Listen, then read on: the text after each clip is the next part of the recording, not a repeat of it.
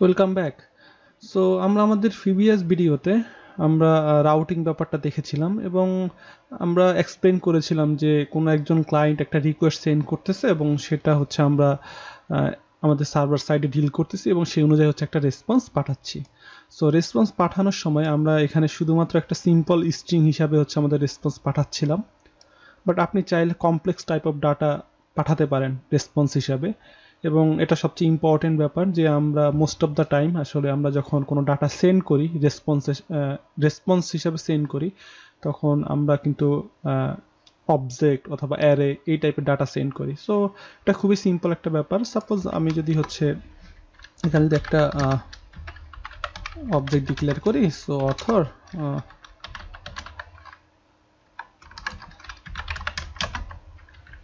Name Shamim, profession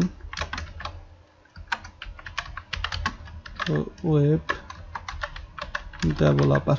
ওকে, so এখন আমি চাইলে কিন্তু হচ্ছে এখানে রেসপন্স হিসাবে আমরা ডিরেক্টলি আমাদের অথরকে হচ্ছে সেন্ড করতে পারি। সো এখন দেখি আমাদের রেসপন্সটা আসলে কী হিসাবে আসতেছে।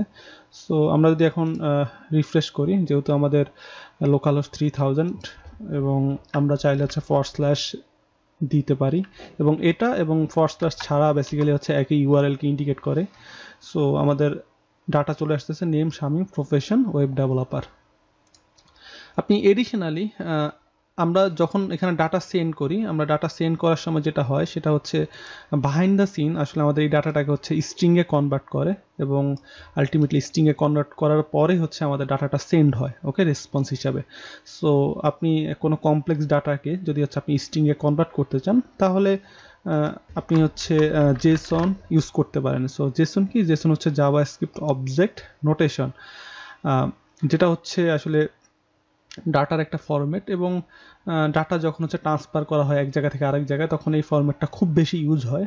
প্রিভিয়াসলি XML খুব বেশি ইউজ হতো, বাট এখন XML অনেক কম ইউজ হয় এবং XML থেকে আসলে জেসন ডাটা আসলে পাস করার যে ওয়েট এবং ব্যান্ডউইথ যে ব্যাপারটা আছে সেটা খুব কম খরচ হয়। So most of the time আসলে জেসন ডাটা নিয়ে হচ্ছে আপনি কাজ করতে হবে। সো জেসন ডাটা আসলে কিভাবে ফরম্যাট করা হয় সেটা খুব সিম্পল। আপনার সাপোজ এই যে ডাটাটা আছে, সো এটাকে যদি আমি যদি স্ট্রিংয়ে কনভার্ট করি অথবা যদি আমরা যদি চাই যে এটাকে জেসন ফরম্যাটে লিখতে, আমি তাহলে একটা কাজ করি, আমি এখানে sample.json লিখলাম, পেস্ট করে দিলাম এবং এখানে আমাদের জাস্ট একটাই মাত্র হচ্ছে আমাদের মানে একটা ব্যাপার হচ্ছে আমাদেরকে মাথায় রাখতে হবে, সেটা হচ্ছে আপনার কি এবং ভ্যালু দুইটার মধ্যে কিন্তু ডাবল কোটেশন থাকতে হবে। ওকে, আমি এখানে সিঙ্গেল কোটেশন দিলে কিন্তু এটা ভ্যালিড জেসন ডাটা হবে না। ওকে, সো আমাদের এখানে কিন্তু এরর শো করতেছে। সো এটা হচ্ছে মাথায় রাখতে হবে। আর না হলে অবজেক্টের যা অবজেক্ট যেভাবে স্ট্রাকচার করেন আপনি, আসলে জেসন ডাটা ঠিক সিমিলার স্ট্রাকচার ফলো করে। ওকে, সো জাভাস্ক্রিপ্ট ডেভেলপারদের জন্য এটা কিন্তু খুব বেনিফিশিয়াল একটা পার্ট, কারণ জাভাস্ক্রিপ্ট ডেভেলপাররা তাদের ডেভেলপমেন্টের বিভিন্ন স্টেজ অবজেক্ট ইউজ করে থাকে এবং জেসনটা যেহেতু অবজেক্টের কাছাকাছি, সো এটা নিয়ে ডিল করতে জাভাস্ক্রিপ্ট ডেভেলপারদের খুব সুবিধা হয় আর কি। ইভেন ওভারঅল অন্যান্য প্রোগ্রামিং ল্যাঙ্গুয়েজে আসলে জেসন হিসাবে ডাটা সেন্ড করা খুবই বেনিফিশিয়াল, যেহেতু ব্যান্ডউইথ কম লস হয়। ওকে, সো এটা হচ্ছে একটা ব্যাপার এবং আমরা এটাকে ক্লোজ করে দিচ্ছি। সো যখন আপনি ডাটাটাকে হচ্ছে যখন সেন্ড করেন, বেসিক্যালি সেন্ড করার আগে কিন্তু এটা হচ্ছে স্ট্রিংয়ে কনভার্ট হয় এবং স্ট্রিংয়ে কনভার্ট করার জন্য আমরা যে মেথডটা হচ্ছে রান করি, আপনি যদি জাভাস্ক্রিপ্ট জেসন নিয়ে কাজ করে থাকেন তাহলে আমরা স্ট্রিংইফাই নামে হচ্ছে এই মেথডটা হচ্ছে আমরা নর্মালি হচ্ছে কোনো অবজেক্টকে আমরা যদি স্ট্রিংয়ে কনভার্ট করতে চাই তাহলে আমরা স্ট্রিংইফাই মেথডটা হচ্ছে কল করতে পারি। বাট আমাদের এখানে আসলে ওভাবে কিছু করার দরকার নেই। আমাদের বাই ডিফল্ট যখন রেসপন্স হিসাবে আমাদের অথর এই ডাটাটা সেন্ড হবে তখন কিন্তু স্ট্রিংইফাই হয়েই, তার মানে জেসন ডাটা স্ট্রিং আকারেই হচ্ছে আমাদের ডাটাটা আসলে আমাদের রেসপন্স হিসাবে সেন্ড হবে। সো এটা হচ্ছে একটা ইম্পর্টেন্ট ব্যাপার। এবং এডিশনালি আপনি রেসপন্স সেন্ড না দিয়ে আপনি চাইলে হচ্ছে সরাসরি জেসন এভাবে ইউজ করতে পারেন এবং এটা হচ্ছে মোর এক্সপ্লিসিট, কারণ আপনি বলে দিচ্ছেন যে এটা জেসন। ওকে, বাট আপনি যখন সেন্ড দিবেন তখন এটা সিমিলার কিছুই হচ্ছে ইন্ডিকেট করে আপনার বিহাইন্ড দ্য সিন আসলে জেসন ডাটাতেই অথবা স্ট্রিং আকারে যে ডাটা সেটাতে কনভার্ট হয়েই আসলে রেসপন্স হিসাবে সেন্ড হয়ে থাকে। ওকে, সো তাহলে আমরা রেসপন্স নিয়ে কথা বললাম এবং রেসপন্স বিভিন্ন ওয়েতে বিভিন্ন ডাটা নিয়ে আসলে কীভাবে হচ্ছে রেসপন্স হিসাবে সেন্ড করতে সে ব্যাপারটা দেখলাম। আরেকটা ব্যাপার হচ্ছে খুবই ইম্পর্টেন্ট। সো আমরা হচ্ছে আগের স্টেপে ব্যাক করি। ওকে, সো আরেকটা ব্যাপার হচ্ছে খুব ইম্পর্টেন্ট, সেটা হচ্ছে যে আমাদের নট ফাউন্ড যদি হচ্ছে আমরা কোনো ইউআরএলকে হচ্ছে আমরা সাপোজ কোনো একজন ক্লায়েন্ট যে অথবা কোনো একজন ভিজিটর আপনার কোনো একটা ইউআরএল হচ্ছে রিকোয়েস্ট সেন্ড করছে, বাট সেই ইউআরএলটা হচ্ছে আপনার কাছে অ্যাভেলেবেল না, সেই ইউআরএলটা হচ্ছে আপনি আপনার সার্ভারে ডিল করেন নাই, তাহলে আপনি নিশ্চয়ই ইন রেসপন্সে আপনি হচ্ছে তাকে not found type of message হচ্ছে শো করাইতে চাচ্ছেন। ওকে, সো এটা খুবই সিম্পল ব্যাপার।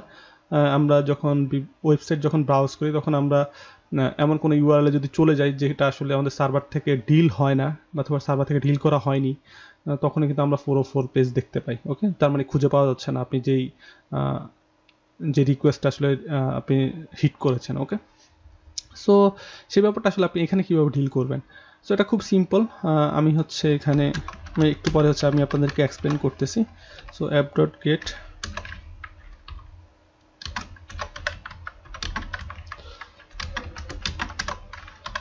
response send, sorry for that 404 not found. Okay, so এটা আসলে কিভাবে কাজ করে, সো তার আগে আমরা হচ্ছে যদি রিফ্রেশ করি, এখানে আমরা এই ইউআরএলটা হচ্ছে আমরা সার্ভার হচ্ছে কনফিগার করেছি, সো এবং আমরা সাথে হচ্ছে হ্যালো এটাকে হচ্ছে কনফিগার করেছি, বাট আমরা যদি হচ্ছে এখানে সাপোজ গার্বেজ টাইপ অফ কিছু লিখলে তাহলে আমাদের 404 নট ফাউন্ড চলে আসতেছে।